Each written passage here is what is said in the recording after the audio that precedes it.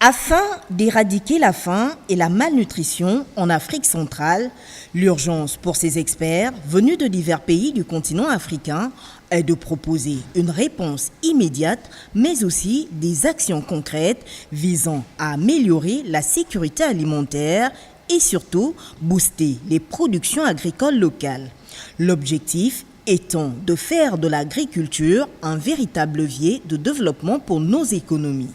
Comment peuvent les pays de la sous-région profiter du secteur agricole pour combattre la crise économique qu'expérimentent maintenant pas mal des pays de la sous-région? Comment, enfin, peut-on profiter de l'agriculture pour diversifier les économies de la sous-région?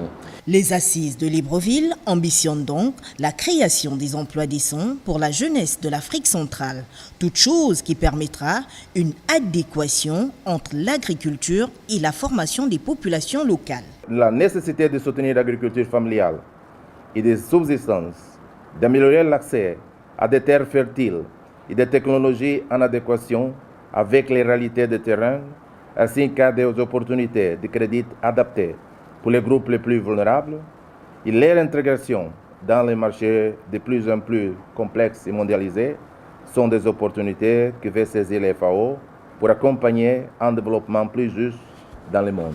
Les différents travaux en atelier aboutiront à l'élaboration des documents intégrant les différentes politiques de gestion du secteur agricole en prélude de la tenue de la conférence régionale des ministres de l'Agriculture prévue se tenir dans la capitale soudanaise en février 2018.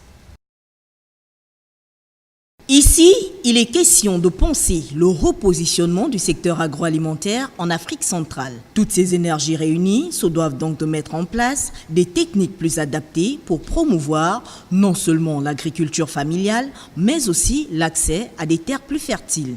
Il s'agit de créer plusieurs milliers d'emplois et de contribuer de manière définitive à la diversification économique du pays à travers la valorisation du potentiel agricole et la garantie de la sécurité alimentaire et nutritionnelle.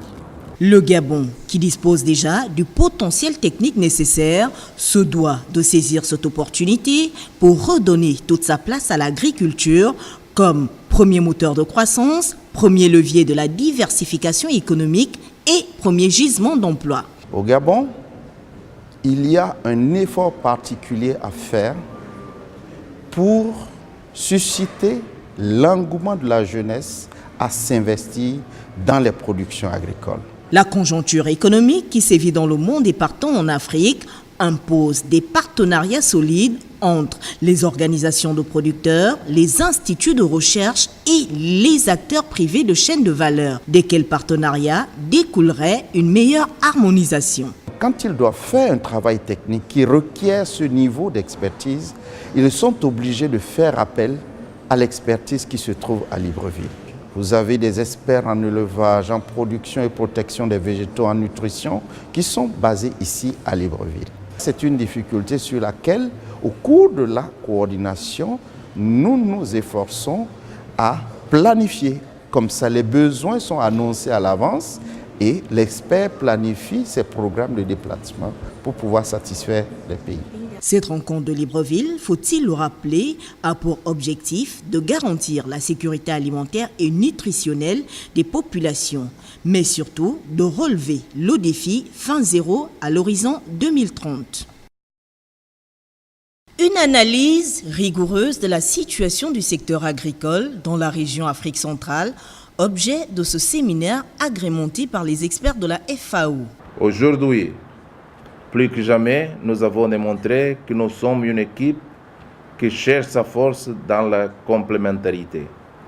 En effet, cette rencontre a été pour nous l'occasion de renforcer la collaboration et la recherche de synergie avec les équipes techniques venues d'Accra et du siège à Rome.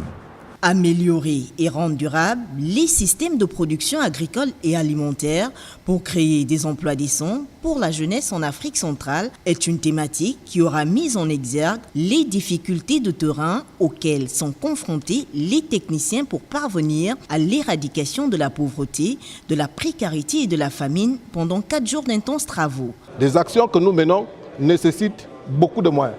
Et il faut donc, au niveau de la FAO, qu'on définisse une stratégie adéquate qui nous permettra de mobiliser des ressources importantes et ainsi répondre de façon satisfaisante aux besoins que posent les États et son corollaire, les populations. La feuille de route pour la période 2018-2019 est également connue, toute chose qui présage des retombées positives pour la 30e conférence régionale de la FAO prévue à Khartoum au Soudan en février 2018. C'est un résultat important qui devrait permettre de mieux préparer et définir la déclaration des États de l'Afrique centrale au cours de la dite conférence. Aussi, soyez assurés que le rapport final des résultats de vos travaux sera d'une importance capitale. Rendre le secteur agricole compétitif, c'est amorcer pleinement la diversification de l'économie. Une diversification qui pourrait amoindrir les coûts de l'importation alimentaire au Gabon, estimés aujourd'hui à près de 300 milliards de francs CFA.